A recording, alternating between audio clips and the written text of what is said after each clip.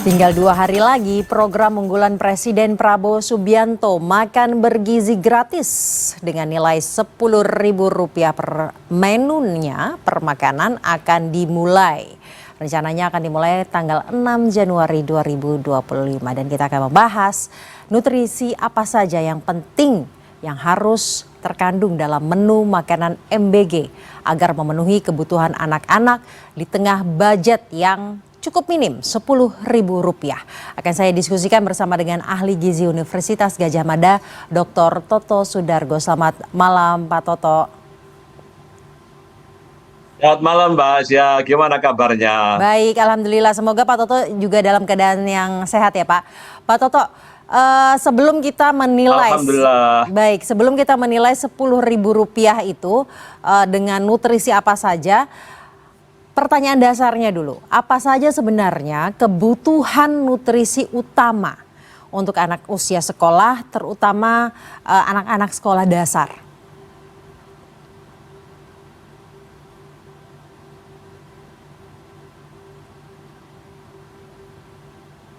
Baik, terima kasih Mbak Asia. Jadi yang pertama adalah kita bersyukur dulu karena program pemerintah sangat luar biasa dan ini adalah program yang harus kita dukung semuanya. Tidak semua negara melakukan sebuah kegiatan yang sifatnya adalah sangat gratis seperti itu dan itu sasarannya adalah pada generasi muda ke depan. Satu hal yang penting bahwa negara-negara yang sudah mempraktekkan kegiatan-kegiatan makan bersama dan gratis itu adalah negara-negara berkembang dan mereka adalah sangat mendukung dengan program itu. Bahkan mereka berpikirnya tidak lagi profit, tetapi adalah bagaimana mereka ada aspek sosial yang dikedepankan untuk apa? Mendukung bahwa generasi muda ke depan adalah generasi muda yang terbaik. Jadi kami sangat mendukung dengan programnya Presiden Pak Prabowo tentunya dan bahwa kami pesan betul bahwa untuk seluruh masyarakat Indonesia, mari kita dukung bersama-sama untuk program makanan gratis. Baik, nutrisi Segmen utama ini apa, akan Pak? terbagi menjadi 3 komponen. Halo? Nutrisi utama apa yang Halo, Mbak? ya baik, Bapak, nutrisi utama apa yang harus terkandung agar memenuhi kebutuhan anak-anak, Pak? Baik, zat gizi yang harus terkandung dalam program makanan bergizi gratis pada level SD, SMP, dan SMA adalah menu seimbang. Menu seimbang terdiri dari karbohidrat, lemak, dan protein, serta sayur dan buah, serta air tentunya. Ini yang penting. Kenapa itu kita harus lakukan itu yang seimbang? Karena untuk makanan gratis ini adalah memberikan 1/3 dari kebutuhan kalori yang ada dalam setiap harinya. Seandainya satu anak itu saya rata-rata adalah 2.150 kilokalori per hari, berarti andai kata dibagi 3, baik itu makan pagi, siang, ya itu adalah sekitar 700 kilokalori.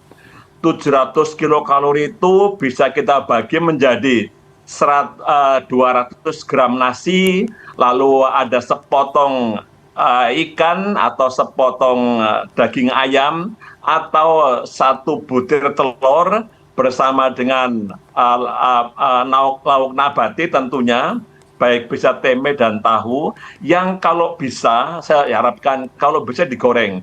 Karena dengan digoreng itu adalah ada sumbangan lemak yang berupa kalori cukup tinggi. Karena per 10 mg minyak itu mengandung sekitar 90 kilokalori. Ditambah dengan buah lokal yang ada. Nggak usah hebat-hebat buahnya, tetapi buah lokal yang kita bisa akses di setiap tempat, serta sayur.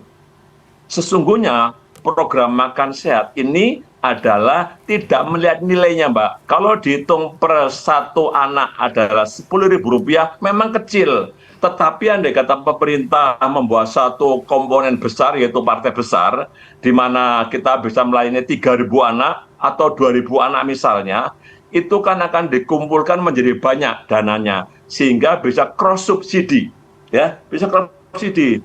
Artinya kita jangan a priori dulu, tapi kerjakan. Kami kemarin ke NTT, ya, kami kemarin juga ke Kendari. Memang saya bilang, lakukan itu dulu. Ketika nanti kita berjalan, kita evaluasi secara bersama-sama. Maka saya pesan, jangan ada berpikir profit untuk program yang mulia ini. Tetapi lakukan program, inilah program untuk masa depan anak-anak kita semuanya. Itu Mbak. Jadi jangan lihat 10.000-nya, tetapi kalau Pak Toto, kita komponennya dibesarkan baik Pak Toto, jumlahnya, walaupun memang kita harus tidak boleh a priori di awal, jangan serta-merta melihat 10.000. Namun kenyataannya budget per anak ini 10.000 rupiah, Bapak.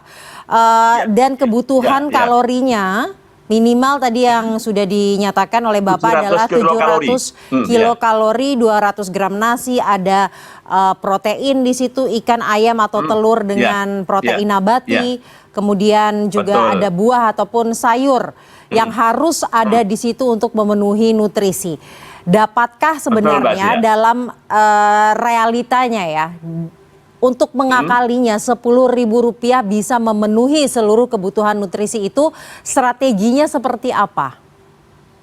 Baik, terima kasih Mbak Asia. Jadi strategi yang pertama adalah kita kumpulkan, kan kalau saya sampai 10.000 rupiah, kalau beli sendiri nggak bisa. Tetapi kalau kita partnya bareng-bareng, misalnya beli telur sekian kilo, beli daging ayam sekian kilo, nah itu yang diolah bersama-sama, sehingga kita bisa membagi semua kebutuhan yang dibutuhkan oleh anak, yaitu sepertiga dari jumlah kalori yang ada untuk dikonsumsi setiap harinya, yaitu berupa makan gratis.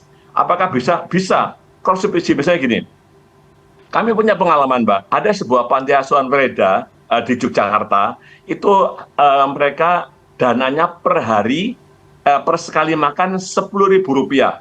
Tetapi karena mereka cross subsidi di panti tersebut, ternyata menunya enak Mbak, enak sekali menunya. Tetap dapat protein hewani, dapat protein nabati, bahkan dia dapat extra puding, bisa berupa buah puding, bisa berupa buah yang enak. Ternyata bisa, tinggal pandai-pandai kita mengelola. Artinya jangan sampai kita menyerah dulu, tapi lakukan dulu. Ini insya Allah. Jadi malah kalau bisa sebenarnya kami berharap ada donatur-donatur yang bisa menyumbang untuk mendukung program yang mulia ini, programnya Pak Prabowo. Baik Pak Toto, itu artinya sebenarnya 10.000 rupiah, kalau dihitung dari 10.000 rupiahnya dapat dikatakan kemungkinan besar tidak cukup untuk memenuhi kebutuhan tersebut, namun harus di cross subsidi. Cross subsidi seperti apa yang dimaksud dan pernah dilakukan tadi? Baik, jadi cross subsidi maksudnya begini, itu kan terbagi menjadi 3 komponen, komponen anak SD, anak SMP, dan anak SMA, di mana kebutuhan kalori masing-masing kelompok umur itu berbeda. Ini menurut ahli gizi loh ya, kami bisa menghitung betul bagaimana pada kelompok anak-anak SD kebutuhan kalorinya berapa, anak SMP berapa, dan yang paling besar anak SMA. Anak SMA jelas 2.150 kilokalori. Masing-masing berapa Pak? SD, SMP, dan SMA berapa masing-masing? Kalau SMA yang paling tinggi 2.150 kilokalori sehari. Jadi andai kata kita bagi, berarti kan 700 kilokalori ya sekali makan. Kalau SMP sekitar 1.600 sampai 1.800 kilokalori. Kalau kita bagi berarti tinggal sekitar 600-an. Kalau anak SD itu sekitar 1.400 sampai 1.500 kilokalori. Dibagi berarti sekitar 500 kilokalori. Nah, inilah yang dimaksudkan cross subsidi. Makanya kenapa setiap wilayah nanti adalah harus ada ahli gizi yang bisa mengontrol berapa gram yang harus dipaketkan per makan yang dibagikan itu. Kita jangan melihat jumlahnya Mbak, jangan melihat kuantitas, tetapi kualitasnya. Anak-anak sekarang itu kecil tapi enak, daripada besar tapi dibuang. Ini yang penting. Karena kami pengalaman penelitian yang didukung oleh beberapa sponsor itu, ketika kita memberikan makanan dengan jumlah yang besar-besar tapi nggak enak, dibuang. Tetapi yang kecil mereka bikin penasaran. Ini loh yang penting, bagaimana kita bisa membuat satu makanan tetap enak untuk dikonsumsi oleh anak-anak, tidak besar tetapi dihabiskan. Jangan menyisakan bahan makanan atau waste istilahnya. Ya. Ini yang dimaksud kami cross subsidi adalah seperti itu, Mbak Sia. Baik, cross subsidi adalah antar kebutuhan yang berbeda dari jenjang usia anak-anak tersebut. Betul, betul. Itu karena orang umum kan berpikirnya nilainya nilai Rp10.000, tapi tidak tahu bahwa komponen yang konsumsi itulah berbeda. Kami udah ketemu dengan kepala badan kok, kepala pangan dan gizi, kabadannya. Ya, waktu kita pertemuan dengan di AIBGI di mana di Jakarta, kami sempat bicara panjang dengan mereka. Jadi insya Allah punya saran kami adalah bagaimana memberikan kebutuhan yang pas pada kelompok masing-masing umur, SD, SMP, dan SMA. Dengan strategi tersebut, kemudian budget 10.000 menjadi realistis untuk dilakukan, memberikan makan bergizi gratis ya Pak ya. Saya tadi juga mau berpindah topik mengenai enak dan menarik. Kalau tadi strategi sudah kita bicarakan, enak dan menarik ini kan strategi yang berbeda. Karena kalau ini diberikan setiap harinya pasti ada kejenuhan tertentu jika menunya sama. Memastikan hal tersebut tidak sampai titik jenuh sehingga makanan selalu dihabiskan oleh anak-anak seperti apa Pak, dan strateginya seperti apa? Baik, terima kasih Mbak Sia. Kami kebetulan saat ini sedang penelitian di di 3 buah panti asuhan di Yogyakarta. Panti asuhan lansia. Kami melihat betul bahwa ternyata mereka dengan memberikan bahan makanan yang jumlahnya sedikit tapi enak, yang kesukaan mereka ada gurih, ada asam, ada manis, tergantung pada wilayah masing-masing. Sehingga tes itu menjadi bagian penting dalam penyajian makanan pada anak-anak. Ini karena apa? Kita akan merubah pola anak-anak makan itu adalah bukan lagi untuk kebutuhan makan saja, tapi menjadi bagian rekreasi ketika mereka pada jam makan. Sarapan, makan siang, dan makan malam misalnya. Yang jelas kita hanya sarapan sama makan siang saja. Ini yang penting. Sehingga apa? Sehingga mereka senang rasa gurih. Yang jelas ya, karena gurih akan menimbulkan selera. Kalau gurih berarti pakai minyak untuk digoreng. Kita nggak usah khawatir pada kelompok anak-anak yang sedang tumbuh, nggak akan pernah kelebihan minyak, nggak akan pernah. Kalau dengan catatan mereka, tadi yang digambarin ya, ada sayurnya, ada buahnya yang bersama-sama harus dikonsumsi. Sehingga masuknya lemak dalam tubuh bisa direduksi oleh sayur dan buah misalnya seperti itu. Ini yang penting. Ya, di sana sungguhnya mimpinya guru kami, Profesor Sukirman, adalah bagaimana kita bisa memberikan asupan zat gizi yang tepat dan baik pada kelompok umur dan mereka adalah menyenangkan. Itu yang penting. Baik, itu artinya setiap wilayah harus ahli gizinya benar-benar mengerti taste, selera di wilayah tersebut. Taste-nya, iya. Makanya kami kemarin ke beberapa tempat, misalnya kami ke Kendari, lalu ke Bandung, lalu ke NTT, besok saya mau ke NTB juga. Itu adalah ingin meyakinkan pada para ahli gizi bahwa berpikir local food yang ada, tetapi dengan taste anak-anak yang ada di wilayah. Jangan sampai salah oplos karena dia orangnya dari mana, ahli gizi dari mana, dari Jogja, ditaruh di NTT manis semuanya misalnya makanannya, nggak laku anak-anak. Itu loh yang penting. Bapak, jadi contoh selera, contoh taste dan wilayah yang tidak match gitu. Karena kalau kita lihat kan nasi menjadi salah satu sumber karbohidrat yang utama yang kemudian disamaratakan. Semua wilayah harus nasi. Contohnya seperti apa tuh Pak? Ya baik. Kami contohkan ya. Ada beberapa wilayah, terutama perkotaan nih, bukannya sesungguhnya bukannya di Jogja atau di Jawa. Di beberapa tempat pada anak-anak yang sudah menengah ke atas itu, mereka nggak makan nasi, mungkin makan roti. Itu makanya di dapur itu adalah ada berapa variasi. Kan kita evaluasi setiap saat. Sehingga anak ini sukanya misalnya roti diisi telur dalamnya, sama diisi misalnya sayur.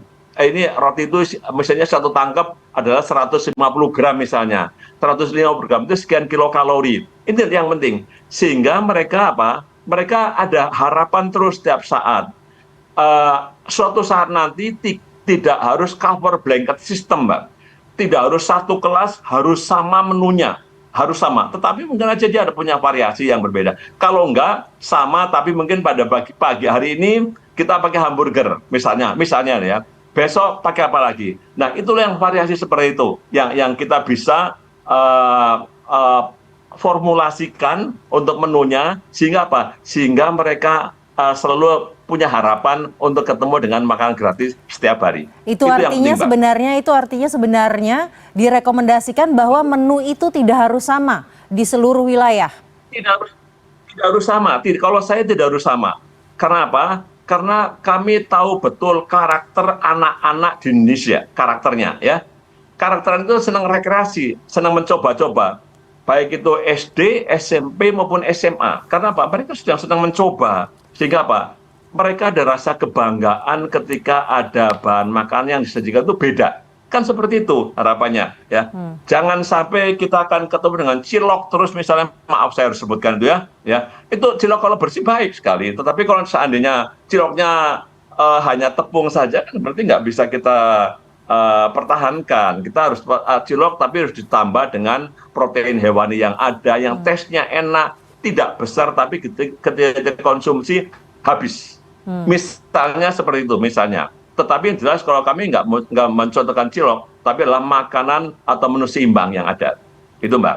Baik, semoga pelaksanaannya yang rencananya akan dimulai pada tanggal 6 Januari atau hari Senin, ini bisa memberikan harapan baru untuk kita semua, khususnya anak-anak ya Pak ya. Terima kasih ahli nutrisi UGM. Ya, baik, mimpi saya seperti itu, Mbak. Ya. Baik. Terima kasih Bapak Toto Sudargo telah bergabung bersama kami di CNN Indonesia Prime News. Baik, terima kasih Mbak Zia. Terima kasih. Sukses untuk Pak Prabowo dan Pak Adan Indonesia dan Pak Gibran. Sukses selalu. Pemerintah dalam waktu dekat akan menggelar program makan bergizi gratis. Kepala Badan Gizi Nasional Dadan Hindayana memastikan program makan bergizi gratis mulai diimplementasikan pada 6 Januari 2025. Namun berbagai persoalan hingga penyelewengan muncul saat mendekati hari pelaksanaan.